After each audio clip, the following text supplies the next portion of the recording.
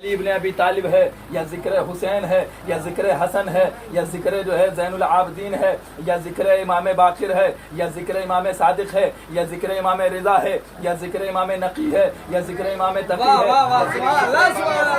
ہے یا ذکر آخر الزمان علیہ الصلوۃ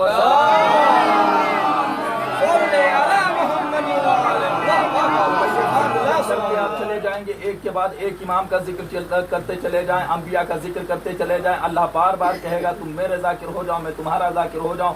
کوئی ایسا کام کریں کہ جس سے خدا آپ کے کام کو اپنا کام کہہ دے کہ جو تم کر رہے ہو یہ تم نہیں کر رہے ہو بلکہ یہ ہم کر رہے ہیں. مجلس تم نہیں پڑھ رہے ہو بلکہ ہم پڑھ رہے ہیں. ماتم تم نہیں کر رہے ہو بلکہ ہم کر رہے ہیں. فرش عزا تم نہیں بچھا رہے ہو بلکہ ہم بچھا رہے ہیں. عوام کو تم نہیں بلا رہے ہو بلکہ ہم بلا رہے ہیں. ذرا صاحب خانہ کہہ دیں کہ ہم نے سب کو بلا لیا ہے. اگر سب کو بلا لیا ہے تو آپ کا اشکال ہے، ہمارا بھی آپ کے اوپر اشکال ہے. پھر آپ سب کو نہیں بلا سکتے ہیں. آپ اگر بلا سکتے ہیں تو بس عوام کو بلا سکتے ہیں. آپ کے اندر یہ اتھارٹی نہیں ہے، یہ پاور آپ کو نہیں دیا ہے کہ آپ اپنے گھر امام کو بلا سکیں.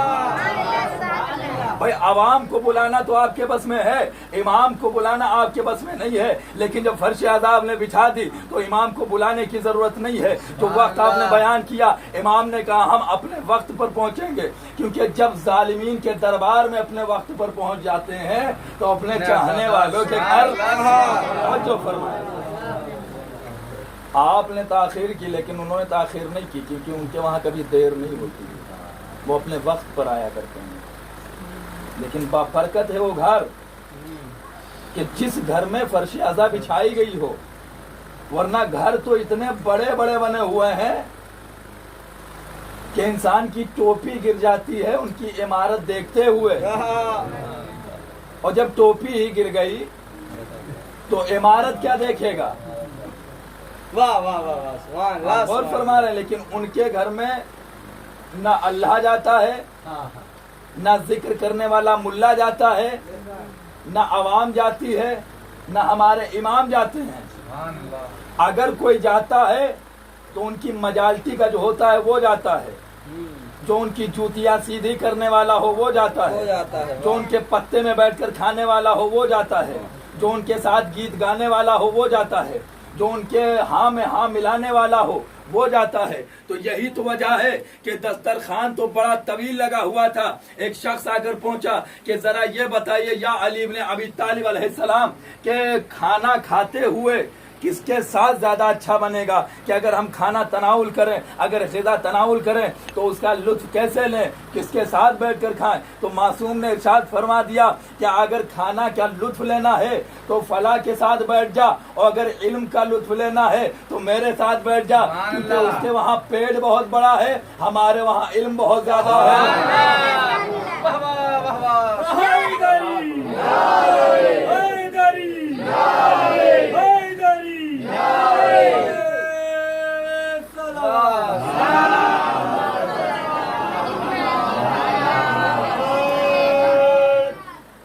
تو بس میرا ذکر کرو تاکہ میں تمہارا ذکر کروں. اب ذرا کوئی مفتی، کوئی عالم، کوئی ملا یہ ہمیں بتائے کہ ان مجلسوں میں ذکر کیا ہو رہا ہے. لوگ کہتے ہیں کہ مجلسوں میں صحابہ کو برا کہا جاتا ہے. اگر صحابہ کو برا کہا جاتا ہے تو ہم ایک صحابی کا جو ہے ذکر کرنے والے ہیں. ایک صحابی ہے کہ جو اپنی والدہ کی خدمت میں حاضر رہتا ہے، ہمہ وقت اپنی والدین کی خدمت میں حاضر رہتا ہے، ان کی سیوا کرتا ہے، ان کی خدمت میں حاضر رہتا ہے، تمام رموز و اوقات کے اعتبار سے ان کی زندگی میں ان کا ہاتھ بٹاتا ہے. ایک مرتبہ اس نے کہا کہ والدہ میں چاہتا ہوں کہ میں مدینے جاؤں. رہنے والا کہاں کا ہے؟ شام کا رہنے والا ہے. نام ابھی نہیں بتاؤں گا، نام آخر میں بتاؤں گا. شام کا رہنے والا ہے، مدینے آنا ہے.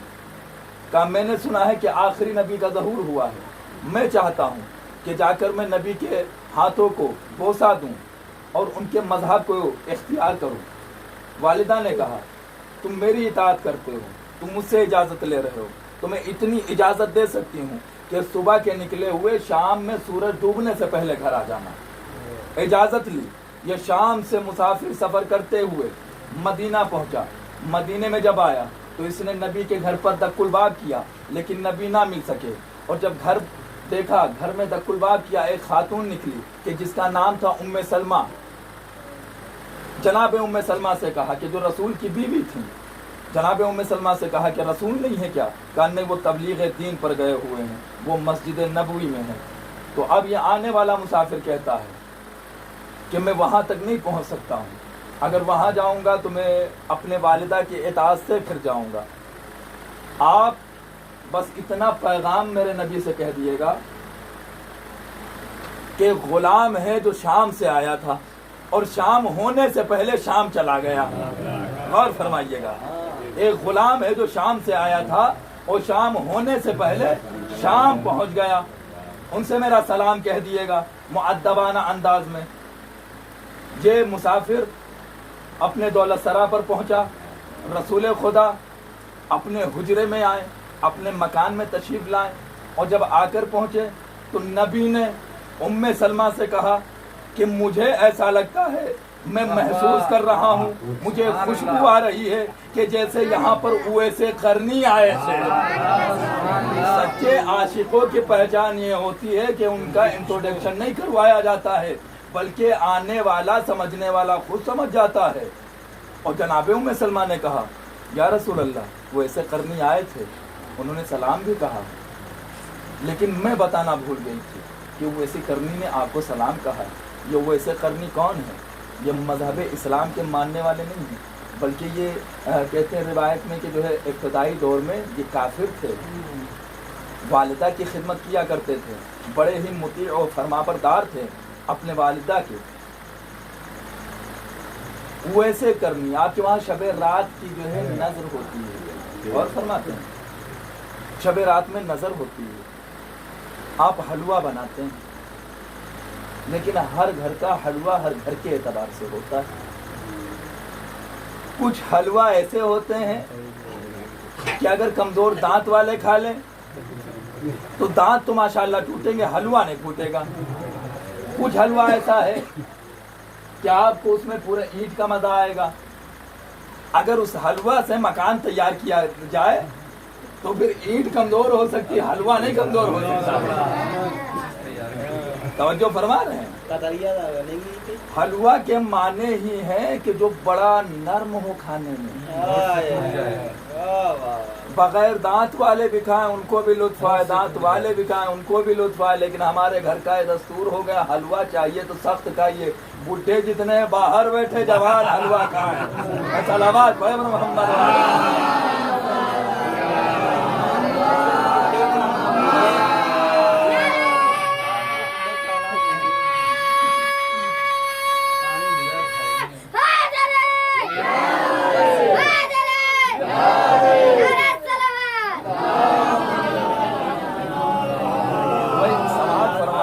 حلوہ ایسا نہیں بنوایا جاتا ہے، اور حلوہ بنوایا جائے تو ایسا بنوایا جائے کہ کم از کم جو ہمارے گھر کے بزرگ ہیں وہ بھی تھوڑا تھوڑا سا تناول فرمائیں۔ بھائی چکھ ہی لیں، نہ تناول کریں تو چکھ ہی لیں، کیونکہ چکھنے میں جو مزہ ہے وہ کھانے میں مزہ نہیں ہے۔ اور کربلا کا پورا 72 شہداء کا واقعہ جو ہے وہ چکھنے کے اوپر ہے، کھایا کسی نے نہیں، کھایا یزید والوں نے، چکھا حسین والوں نے، کھایا یزید والوں نے، چکھا حسین والوں نے، اور کھانے میں جو ہے پیٹ بھر جاتا ہے، انسان مر جاتا ہے، پیٹ بھر جاتا ہے، انسان مر جاتا ہے، چکھنے میں مزہ ہوتا ہے، لطف آتا ہے۔ اور شہادت کا اندازہ پوچھا تھا جناب علی اکبر سے کہ تمہارے نزدیک شہادت کیسی ہے؟ کہا شہادت شہد سے بھی زیادہ شیریں ہے۔ اور پتہ تو اب چلا کربلا کے واقعے میں کہ اللہ نے جو کہا تھا کلو نفس ذائقۃ الموت، ہر ایک نفس کو موت کا مزہ چکھنا ہے، تو موت کا مزہ تو کربلا والوں نے چکھا ہے۔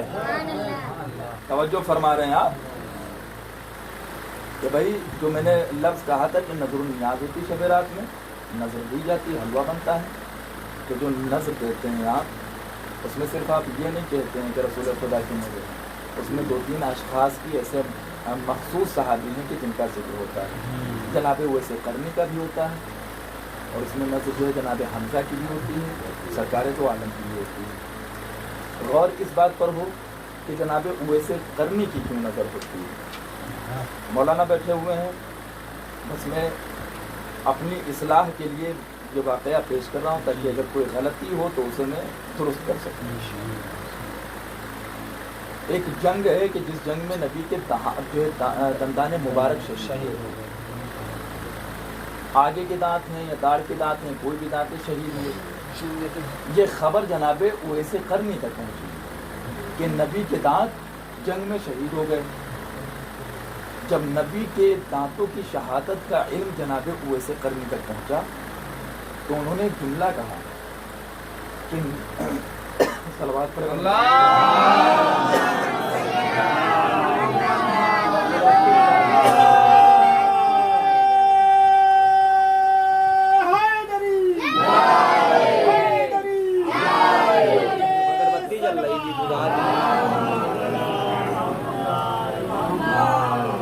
اگربتی کا دھواں بہت ہی خطرناک ہوتا ہے، گلے میں ڈائریکٹ پھنستا ہو جاتا ہے۔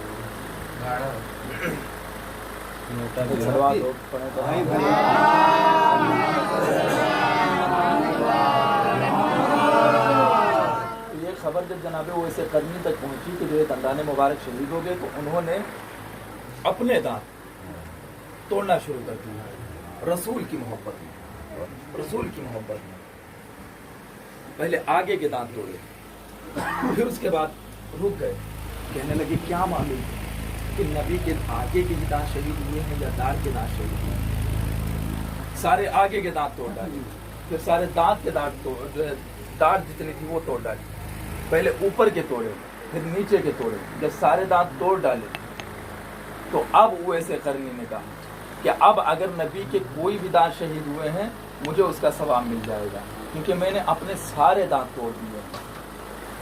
نبی کے کون سے دانت شہید ہوئے مجھے یہ نہیں پتا ہے، مجھے اس کا علم نہیں ہے۔ اب آپ جو ہے جیسے سننا چاہتے، آخری جملہ ہے مجلس کا، آپ سماعت فرمائیں۔ جسے نعرہ لگانا ہے نعرہ لگائے، جسے خاموش بیٹھنا وہ خاموش بیٹھنا۔ جملہ آپ کی سماعت کے حوالے۔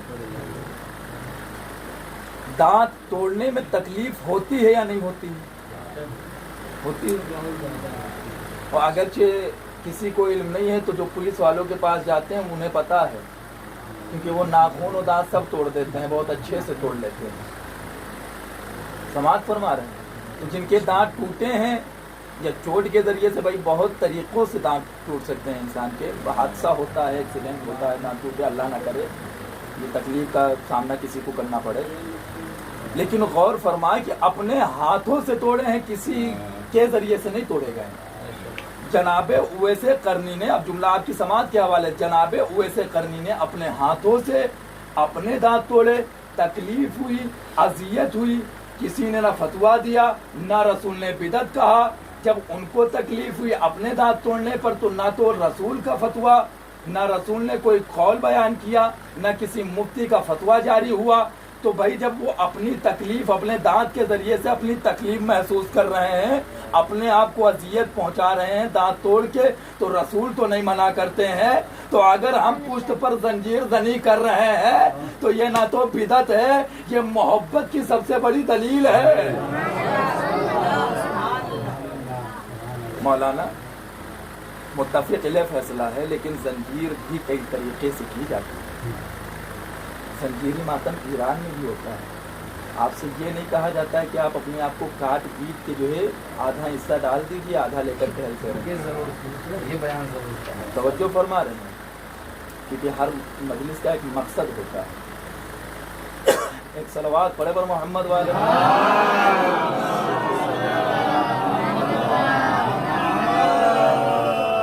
بھائی دانت شہید کیے گئے، دانت شہید ہوئے تھے، رسول کے دانت انہوں نے شہید کر دیے۔